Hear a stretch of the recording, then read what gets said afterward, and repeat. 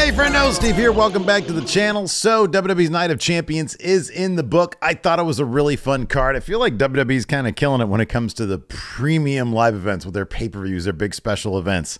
Maybe not so much on like the build to some of these, especially lately the go-home episodes of like SmackDown and Raw really haven't advanced any stories. They've just been there to advertise that, hey, we have a premium live event coming up and this is what we've laid out for you and here's what we're going to do. But they really have done a good job at telling the big story beats there at the premium live events. I don't know why I call it like that, premium live events, because they're so premium. But they have been pretty good lately. This year, like if you think about it, Royal Rumble, Elimination Chamber, WrestleMania, night one anyways, night two is kind of wonky. And then like Backlash, they've all been pretty decent. I think they've had a good run. I'm looking forward to the Money in the Bank in London. And I felt like Night of Champions was no different. I thought there wasn't a stinker on the card. The lowest grade I gave was a C-. You'll find out what that is. But otherwise, man, it looks like, looking at my chart here, it's all a bunch of pretty decent grades. So let's go ahead and dive into it. Of course, they kicked off because Seth Rollins now he's got a very busy schedule with the Marvel Cinematic Universe, line of movies that he's now a part of, where he's playing, I guess, somebody in something called the Serpent Society. I don't know. I was always like a DC guy, but that sounds cool. I like the Marvel stuff, or at least I did up until Endgame. Anyways, so yeah, Seth Rollins versus AJ Styles. Look, it's obvious that they had one goal in mind here, and that was just put on a really, really good match. And they did get the two guys who could put on probably the best possible match available. However, the thing is, they really didn't give us any, even in the match. I thought, okay, maybe if they have like AJ Styles come out in like some cool gold gear or something, and maybe it'll tip us off that, hey, AJ might be winning this thing. But they kind of did the exact opposite. They just made us think, feel, and understand that Seth Rollins was made to win this title and that there was no doubt whatsoever. Even on SmackDown, they sort of set up two feuds for AJ Styles leading into this match, and the actual match itself was no different. Seth Rollins, of course, as he always does, came out in his really immaculate ring entrance gear with a giant like cheetah or leopard print jacket, and then some really cool gear. You can see there in the picture what his pants look like. I thought this match was awesome. I thought it was a really, really great match. The problem is, at no point, even towards the finish, did I think Seth Rollins was going to lose this match. So it did sort of suck some of the drama out of it for me. So I gave this an A-. Still a good grade because technically speaking, it is a really good match. It is a freaking good match. And Seth Rollins looks like $1 million with that title on. It's great. But you get an A-, which is still a really good grade. I was always happy getting an A- back in school. I'm like, all right, cool. I got in the A range. It's just not an A+, because if they had given me any reason to think that, like if they had put Edge in this match and they put on a really freaking good match, you're getting like an A or an A+, because it's like, okay, well, that's a possibility. Next up, let's talk about Becky Lynch versus Trish Stratus. Of course, you can see right here in the picture what went down there at the finish. I'm doing all this stuff live here. What went down on the finish, Zoe Stark showed up and gave Becky Lynch her finish before bringing her in so Trish Stratus could hit Stratusfaction. I thought that was awesome, bringing Zoe Stark into this.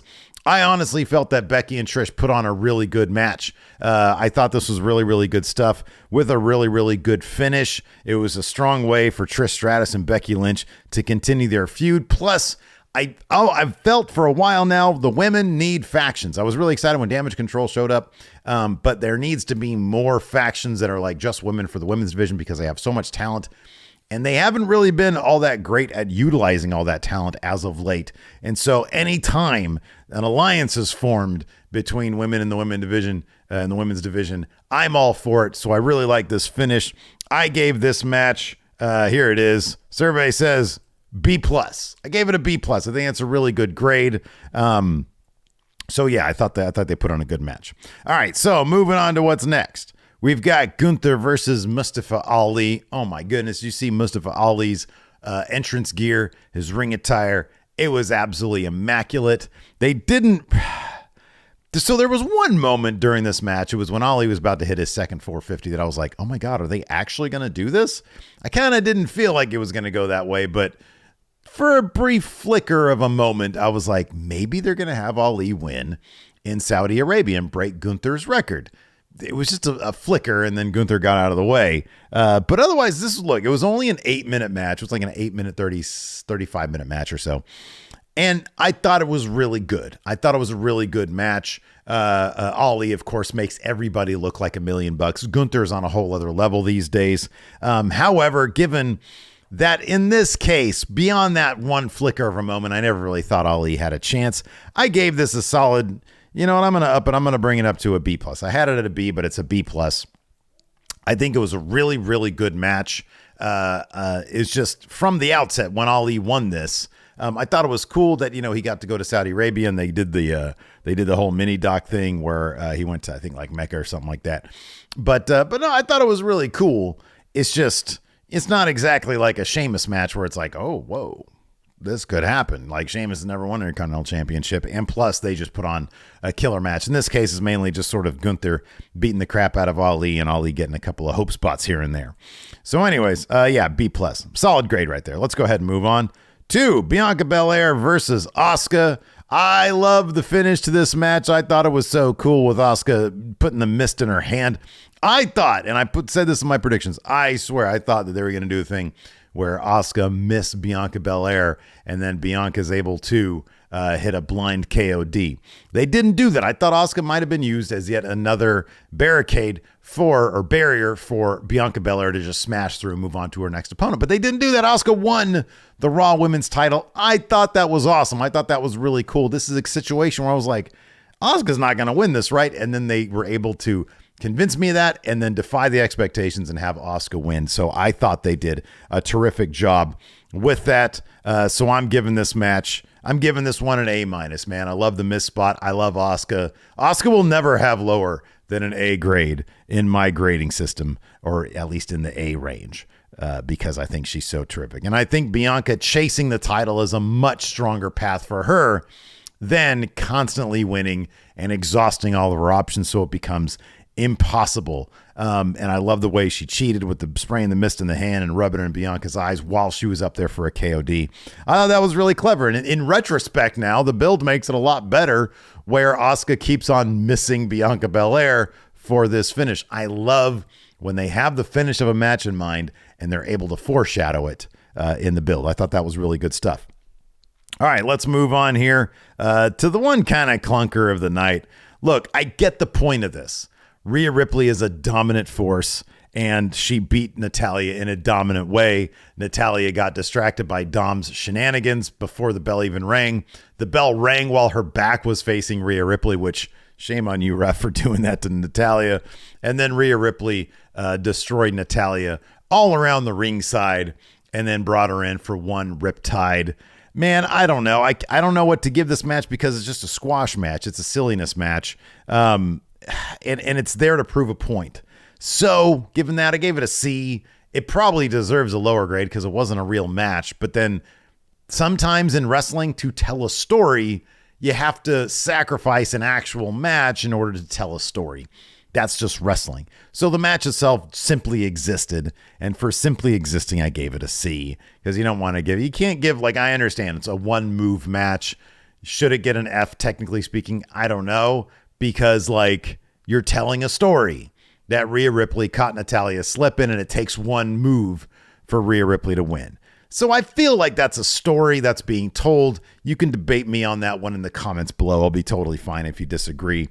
But, like, I don't feel it's right giving a match that has a specific element in mind, a specific goal in mind, that actually does help Rhea Ripley. And I know it's Natalya's birthday, but I don't know. If I'm a wrestler and I got job security like Natalya clearly does, and they say, hey, go out there for 5 minutes, make whatever big paycheck she's making for Saudi Arabia, because I think they get some sort of, maybe I'm wrong about this, but I feel like they get some sort of bonus for going to Saudi Arabia. But it's my birthday. I got to take one move, and then I get to, go enjoy, the hospitality there in Saudi Arabia. I don't know. I feel like Natalya probably made out all right there. All right, let's move on to the next match. We're talking about Cody Rhodes versus Brock Lesnar. Man, I spent the longest amount of time thinking of what grade this gets, because I feel like this match sort of moves beyond grades. It's kind of a divisive match. Cody's kind of a divisive, at least in the internet wrestling community. You wouldn't think that Cody's divisive if you listen to the crowd, because once they go live with Cody Rhodes, guess what? Everybody loves him. That's right. The crowd was going crazy for Cody Rhodes, especially the spot where he was going for the rope. He passes out, but then he hulks out, and then he gets the rope. That crowd went crazy, man. All sorts of people love Cody Rhodes. I'm one of those people, but I also recognize the absolute absurdity of this match. Cody Rhodes' arm was broken. They put it in this flimsy exocast, and then they claim it's titanium, and he was able to beat up Brock Lesnar. Now, yes, I understand. Cowboy Bob Orton did this. Dusty Rhodes did this. Plenty of people in the past did it. But it was kind of silly back then, too. You're not, number one, those casts back then are like made of like actual, like whatever, like some whatever that stuff is called. Plaster? That's not what it's called. Anyways, that shit probably really hurt. Look at this little flimsy ass cast on him. I ain't hurting nobody, but we're supposed to believe that's a weapon. And then Michael Cole literally said Brock Lesnar might have made a tactical error breaking Cody Rhodes' arm, which is the silliest thing I've ever heard in my life. Look, it's 2023. It's not 1983. The idea that a guy's going to take a broken arm and batter somebody in the head with it and not come out on the worst end of it is kind of silly. It was silly back then, but, you know, people were stupider back then. I guess. I don't know.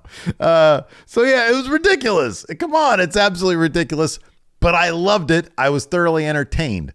So that being said, what kind of grade do you give a match like that?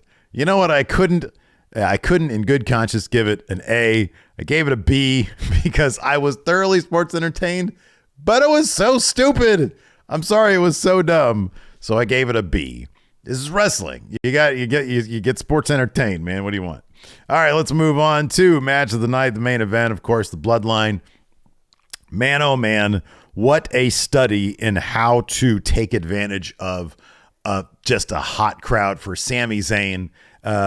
You know, his first time in Saudi Arabia, he got just a massive reception. Roman Reigns really playing up the bad guy stuff. And then the Usos, one last time trying to help out the Bloodline and trying to solidify their place in Roman's good graces. They mess up, super kick Solo, and then Roman Reigns start laying into Jay, and Jimmy comes to his brother's aid. Oh my goodness, if you haven't seen our reactions to this moment over at the Friendo Club Wrestling channel, go check that video out now, because I flipped my shit. This moment was a moment of the year contender. It might have already sewn up moment of the year in all of wrestling. Jimmy super kicking Roman, and then a second time, and Sammy and Kevin Owens getting the win, and Sammy just laying into Roman. You can't have these, and Roman looked like he's about to cry. Oh, man. Oh, boy, this was just absolutely amazing stuff. If there was a better grade I could have given this than an A+, I would have. But this, here, I'm going to do this, because some teachers do this shit here in America. I don't get it. A++. There you go. I don't know how you can even do that. You get more than 100%. That shouldn't be even a thing, because 100% is the most you can get. So I give this match an A++ because, my God, this was amazing stuff. I love that story beat of Jimmy. Man, I could watch that a million times. I've already watched it like 10. So another killer pay-per-view for the WWE there, this time, of course, from Saudi Arabia. I love those daytime shows. Honestly, I wish all their pay-per-views would be at 10 o'clock in the morning Pacific time, because I love that stuff. You just wake up, mosey on your computer, watch the pay-per-view with a bunch of friendos, and then you got the rest of the day to enjoy whatever you're going to do. I don't have the rest of the day to enjoy nothing, because I got Double or Nothing coming up, where I'm going to be watching it live along with Larson over at the Going In Raw channels, youtube.com/Stephen Larson, and at twitch.tv/Stephen Larson. So hopefully you will join us for that. And yeah, let me know what grades you would give all these matches in the comments below. Thanks everybody for hanging out. I appreciate it. Check out this video here. And until the next time, I'll see you around.